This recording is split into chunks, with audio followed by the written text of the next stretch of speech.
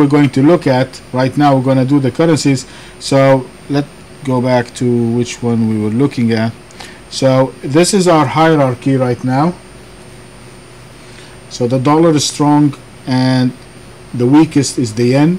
So I want to be taking the dollar yen first, and then I'm going to take the dollar euro, and then I'm going to take the dollar pound, and then I'm going to take the Aussie yen, and then I'm going to take the Aussie euro, and I'm going to take the Aussie pound, and I'm going to take it this way to begin to identify the hierarchy. Okay, so the first one we're going to look at is the dollar yen, and as you recall last week, these are, and for the newcomers, this is what we do. We have what we call the long point, the short point, the structure long, the structure short, and the long stop and the short stop. So the long point is our buy signal, we're going to buy above it. The short point is our sell signal, we're going to sell above it. The structure long is a strong buy, we're going to buy, and the structure short is the strong short, and we're going to sell. Now for the dollar yen, as you recall from last week, we had two structural points.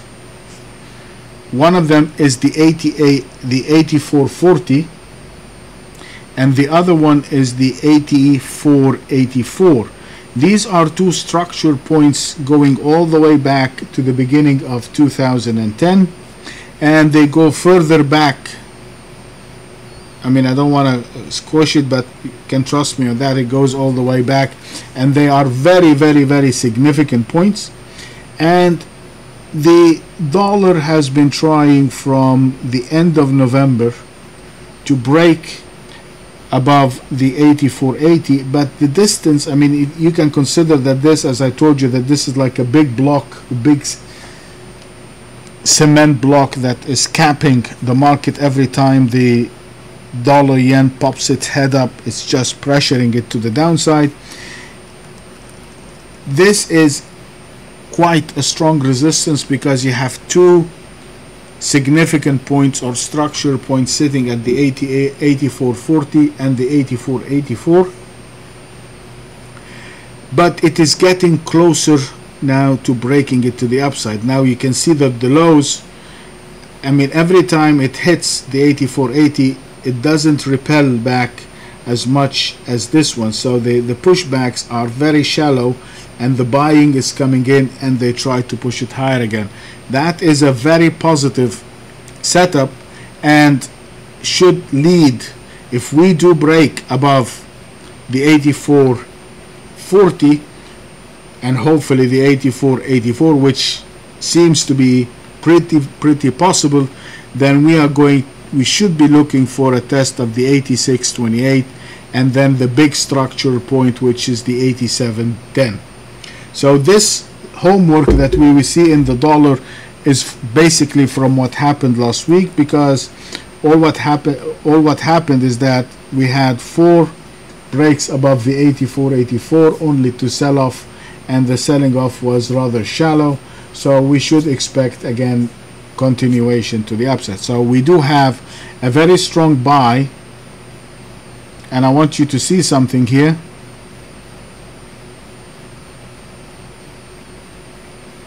This is our 84.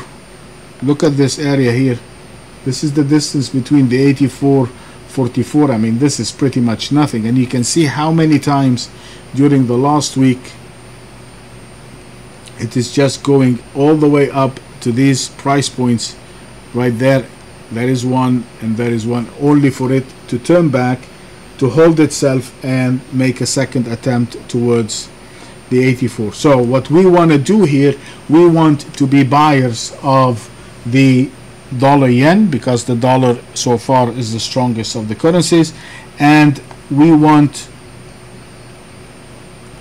to be sellers of the yen. But what we're trying now to identify an entry point. So the guys, the ones that have the software, you can take a buy above the Tokyo range or anywhere above the 84.20.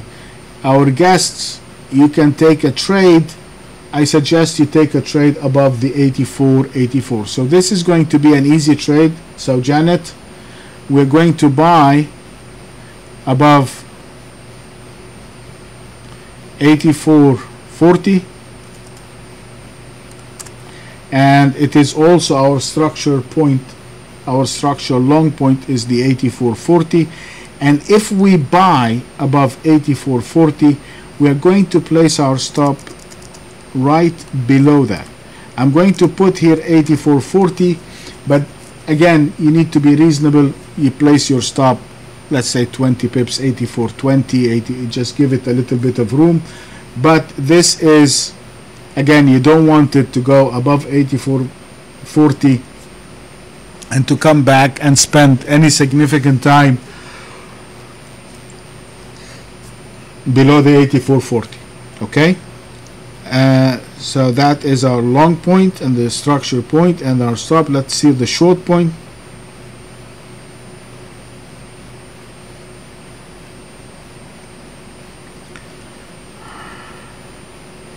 If I'm going to go short, this here is going to be what we term as a short-term structure point.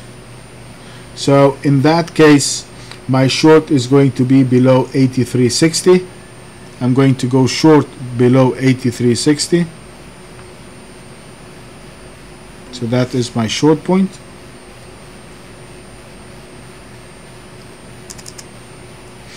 And if I do take it short below the 83.60 over here, I'm going to place my stop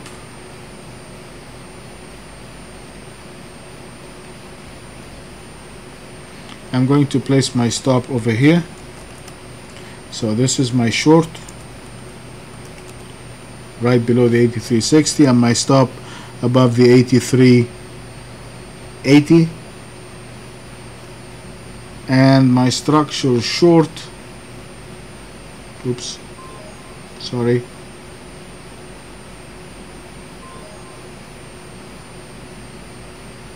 one second, I'm just, alright, so I'm trying to see my structural point to the downside. Okay, so this now is my structure point to the downside, and therefore I'm changing its color to so it's the 82.87, and it's again the one we had from last week, so I'm not going exactly Hamid, I'm not gonna change it, and now it's going to work and it's been held, and this is the one it is. Okay, and if I'm going to go short again below 83.65, then I'm placing my stop above 83.80. Okay, so this is the dollar yen. I'm going to buy above 84.40, and if I buy, again, my buying point, my long point and my structure point are one and the same, and if I do trade above the 84.40, I want it to explode to the upside. So if I don't get an explosion to the upside and I see it coming back, fizzling back and coming back below the 84.40, then I'm going to close the trade. On the short side, I will only go short when it trades below 83.60, not before, because the dollar is in an uptrend. And if I'm going to go short, I want to make sure that I'm taking a structural point to the downside that will lead to a big move so I don't get stopped out. And my structure short, if it breaks the 84.40, should test the, I mean, that's the next structure, is 82.87. And if I go short at 83.60, I'm going to place my stop above 83.80. Okay, that is the pound dollar, the dollar yen.